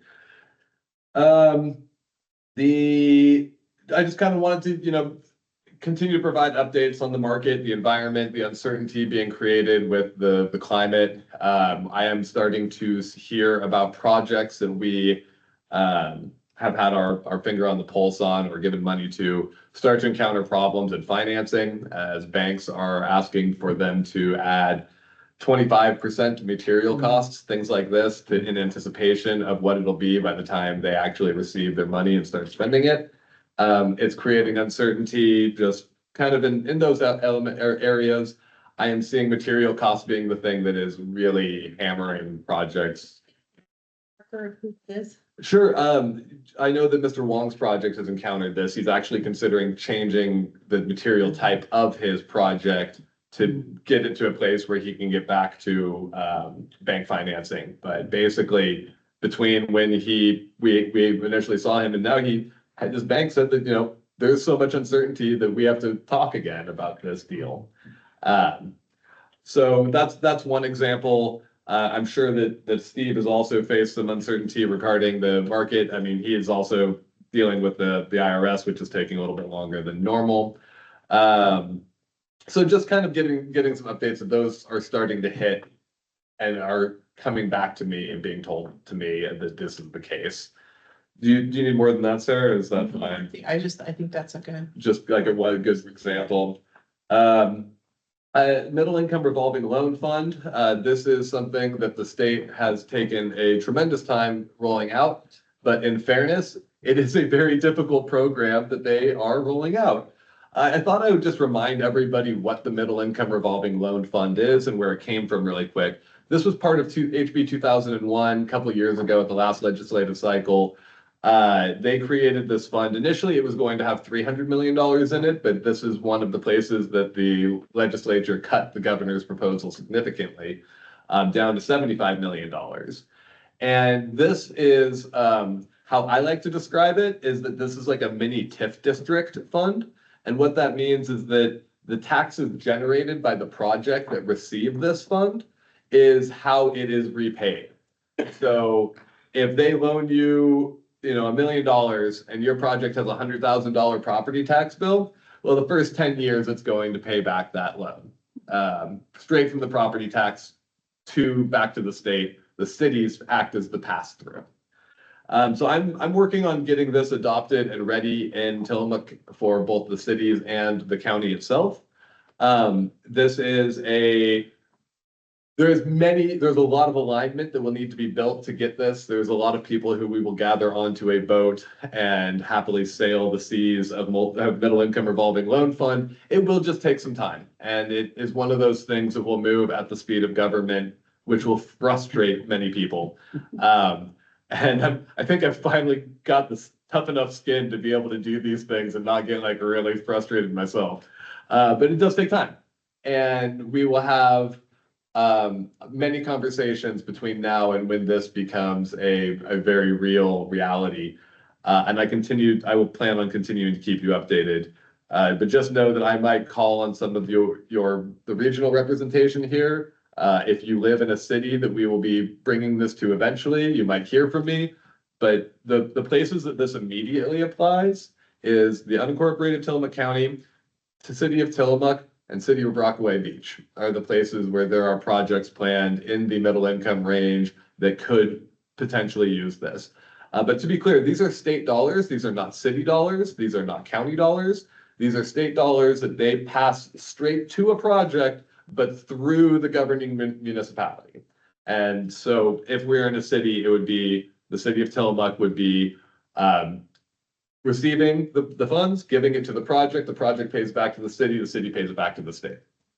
But there is a process with our city partners, the assessor's office Right. and others, and just being mindful of their capacities and resources and leadership, making sure that legislation is whole and complete, right? So that's why you're not seeing this. We want to be very cognizant and respectful of how we walk through this with all of our partners to make it a success. And I would like to remind everybody that people doing their job are doing their job, and it is certain people's job to go over this with a fine-tooth comb and find all the reasons that this is a bad idea or bad for their city or bad for their constituents, and that is okay because that is their job.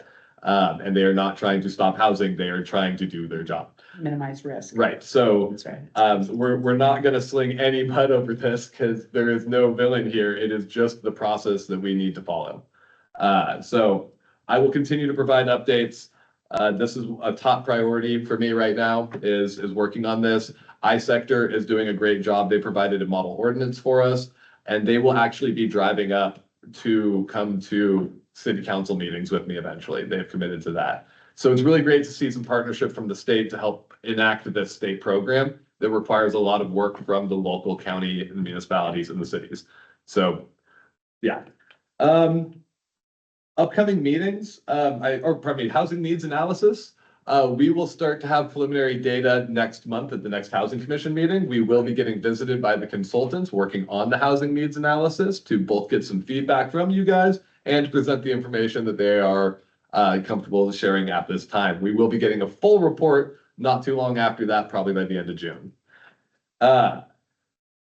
Upcoming meetings, I just kind of wanted to preview some coming attractions. I'm trying to do a little bit better job of putting out what the general topics of meetings are going to be in the future. So this is something I'm going to try and include in each of my housing coordinator reports going forward.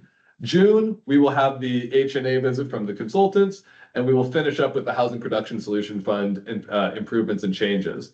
July is when we will be finalizing our grant total mix, language, et cetera, all of those things, all of that conversation, we will be finalizing in July. And that's when we will decide what information we'll be putting out for this next round. August, we will be talking about how the fund is now opened and getting everything, the information out there and doing anything else we need to do to help support the fund in motion. September, I have question marks. I'm not sure yet. And then in October, we'll have the presentations. November, we'll have our allocation meeting. So that is about 6 months out right now, but I'm really glad that we have gotten to a place where I feel like I've got the vision on at least the topics we'll be discussing 6 months out. That is my housing coordinator report, and I am happy to take any questions, but being mindful of the time and that we do have our committee report outs. And to that, I will just add that we do have some open housing commission seats. I'd like to just push that whole conversation to next month, unless there's anybody who has strong feelings right now about that.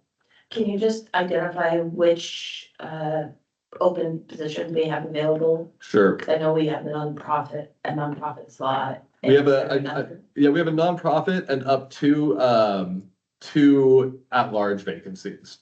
Historically, we've held 1 at-large seat in reserve. Has kind of been when I look at historical makeup of the commission. So, And could we just say you do also have some potentially interested candidates to fill those? And maybe this would be the time between now and our next meeting, if people have ideas to put forward, to send them to you? Yeah. Okay.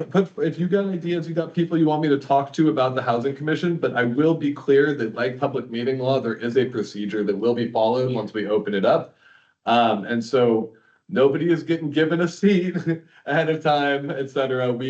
I'm happy to talk about with people who are interested about the housing commission, the work we do. And when we feel we need that added support, we will open it up and then go through all the process. But I do, just so you know, we do interview every single person who comes through, and we do take our dot our T's and make it a holistic, good process. So we're not going to do it every time a seat drops, but we will try to do it at least once a year is kind of what I'm seeing is feeling right.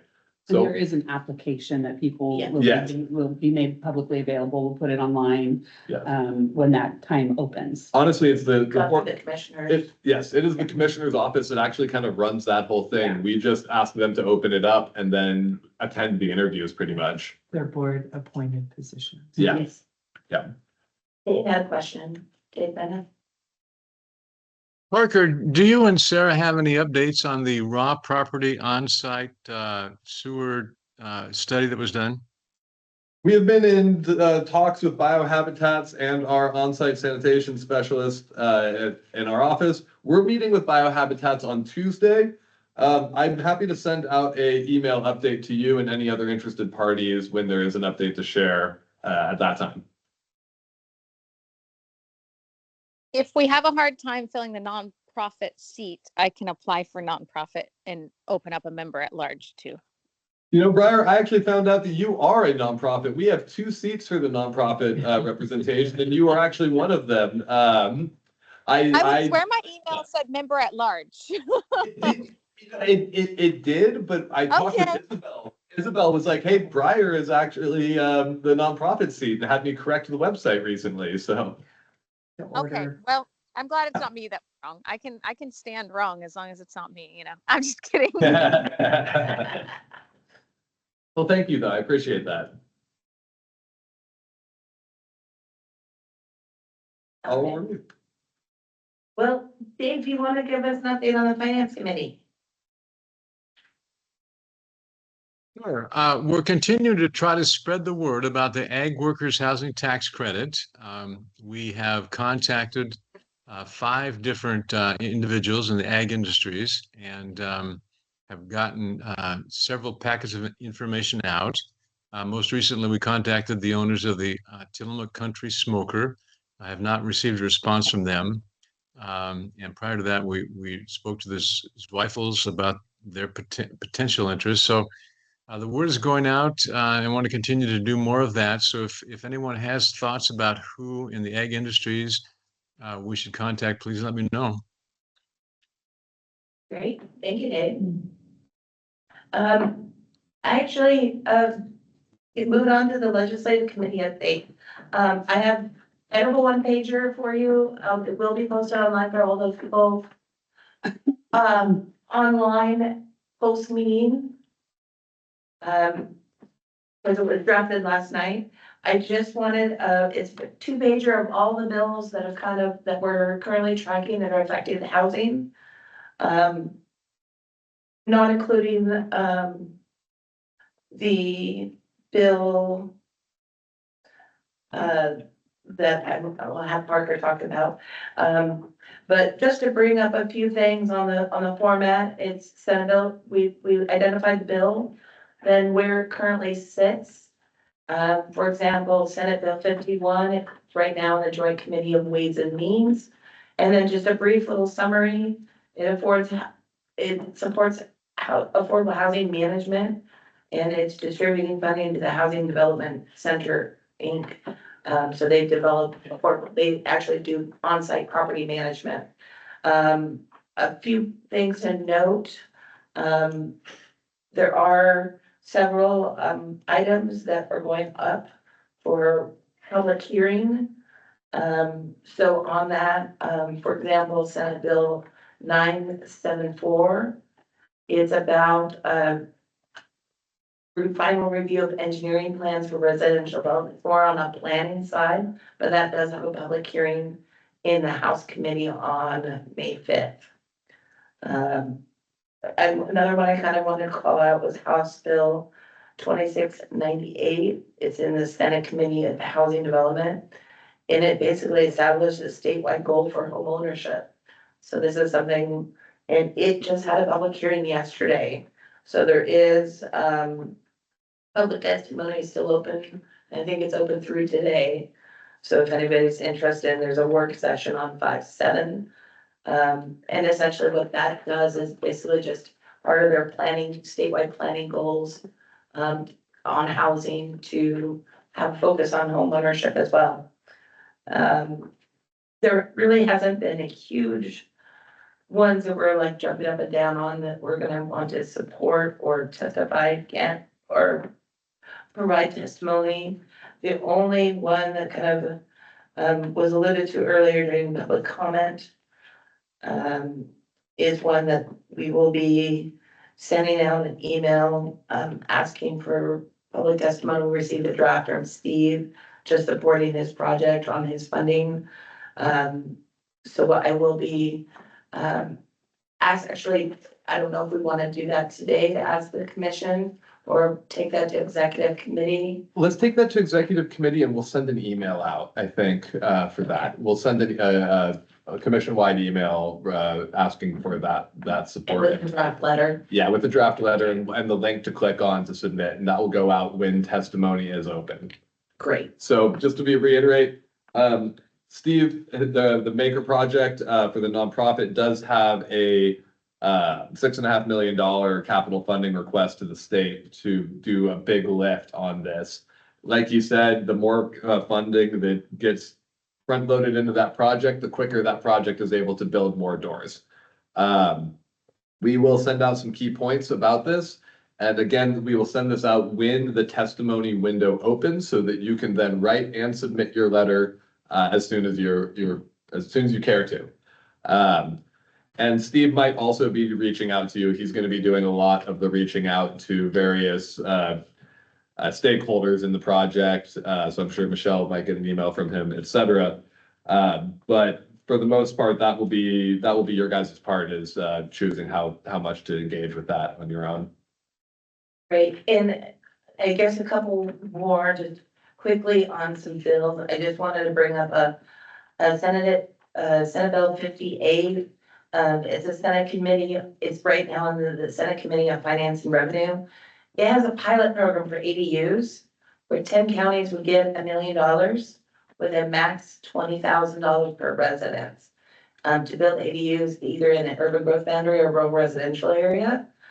And it even has restrictions on occupancy as well as a clawback for time not rented, or the main home not occupied by as a primary residence. And it's a 5-year, where they have to maintain that status of renting that whole ADU out to a stranger, not family member. And occupy the main home for a period of 5 years. Sounded like an interesting pilot project. It might be something that we want to follow. And another one was it required a study. Senate Bill 52, it required a study on barriers to housing production. The report won't be out till next August of 26, but it's something that we will be tracking.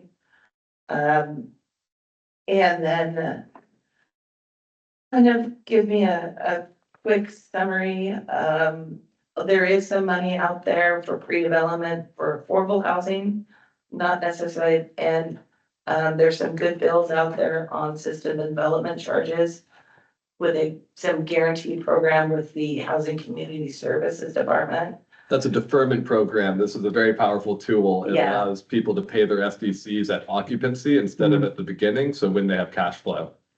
So that's just kind of a brief 2-page list that will be available for, and all I suggest is that if you're interested in seeing the particulars on this particular bill, you can easily just Google that the bill, and it should come up, OLA should come up.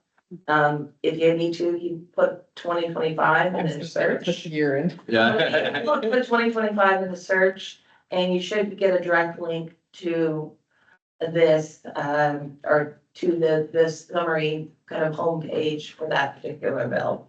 But if you have any problems, feel free to contact or email me and be happy to share a link if necessary as well. I'm gonna call out a specific bill too. This is, I don't know, me tooting my own horn, which I am not good at, which is why I am bringing this up. But House Bill 3649 is the Joint Ways and Means means requires the Oregon Department of Administrative Services to provide a grant to nonprofits by January 5th or 1st of 2026 to provide up to 5 regional subgrants for regional housing coordination. I'm bringing this up because this is based on my work and the work of having a housing coordinator and the value of it. iSector really pushed this forward, saying that I should be replicated 5 times across the state. It's really, really difficult, guys, for me to like sing my own praises. But this is a really important bill, and I do think that the type of work I've been doing has been impactful, and I would love it if people wanted to write a bill or a letter of support for this, because it's hard for me to do that one. That's awesome. Yeah. Thank you. Thanks for bringing it forward, even though it was difficult. It's kind of cringe. No, it shouldn't be. You're Parker, working can on- you send me that information? Because I I would will. love to write a letter of support of that. Thank you, Briar. I will send you that one and the OLIS link.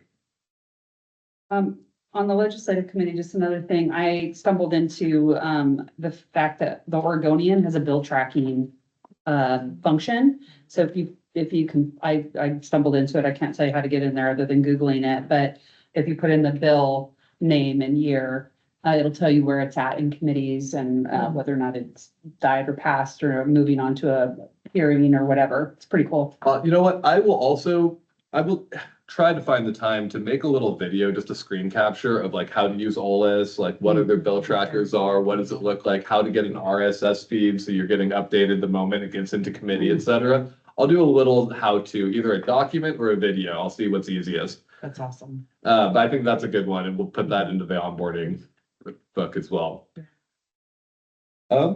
Outreach. We really spent the bulk of our time discussing Senate Bill 406, education and communications. We crafted talking points. I don't like using this terminology, but both overt and covert. The overt ones being the factual information that we want to be able to convey to city council, city planning, any commissioners, representing any of the cities or the county, and then, the public at large. But also the goals that we have as, commissioners in promoting the philosophy behind what we're doing and, why it matters and what the impacts are going to be in our communities when we are able to see some of these projects move forward. So, what I don't know is that has happened, and Parker, maybe you can tell me, did we send those out to our commissioners?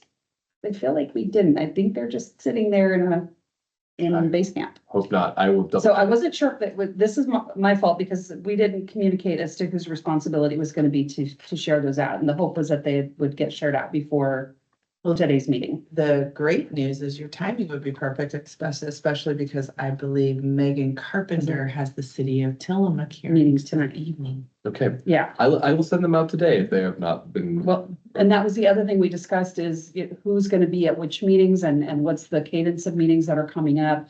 So, we've attended, I personally have attended a couple of meetings, virtually just to show that the Housing Commission is engaged and that and Mark and Kristen and others have too. But so please watch for those invitations from Parker. It's really powerful to have members of the commission attending and just showing our level of engagement around these topics. You could feel the way it changed having our presence there at that meeting. Yeah. And all the dates are on the slides from the presentation I did last Yes. month.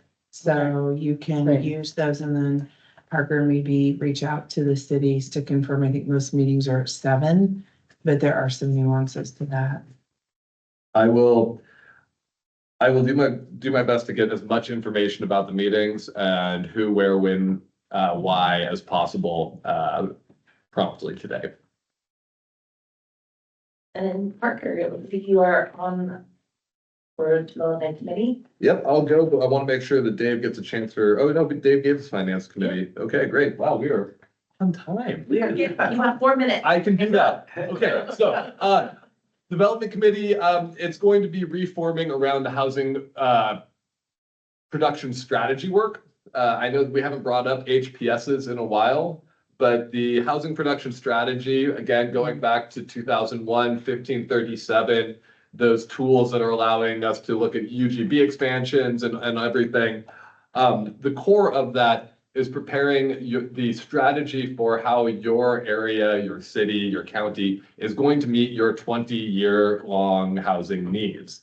And so as you do that, you need to identify specific strategies of what you will employ and what you need to do to get there.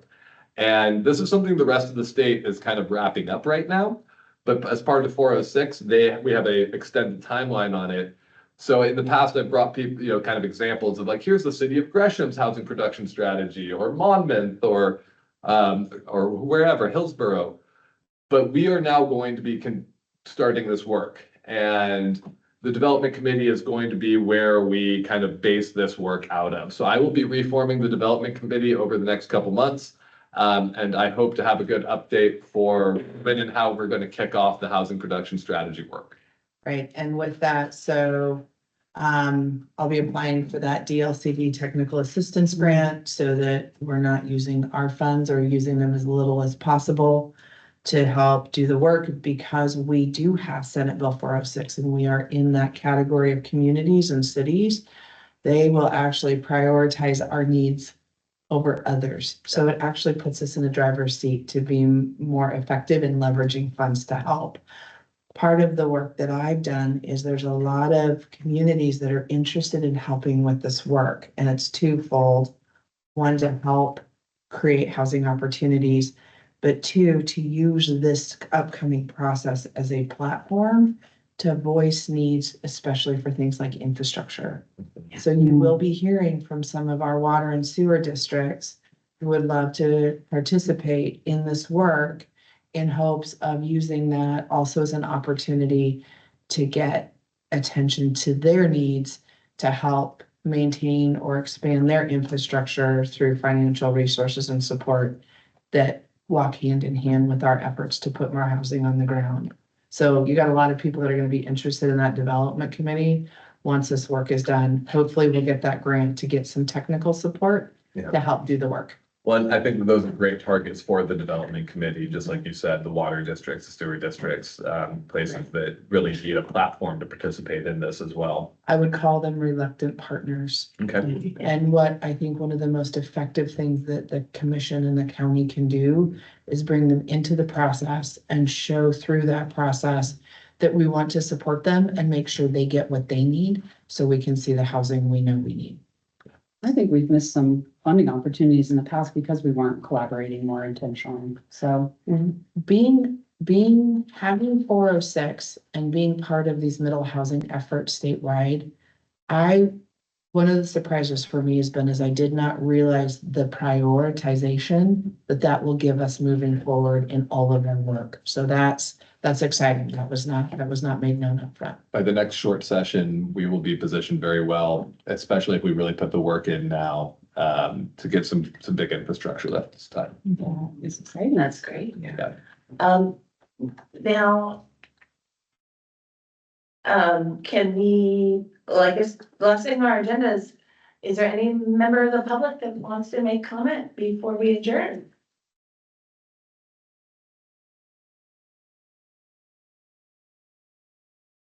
Okay. Is that Gail? Yeah, that's Gail. Go ahead, Gail.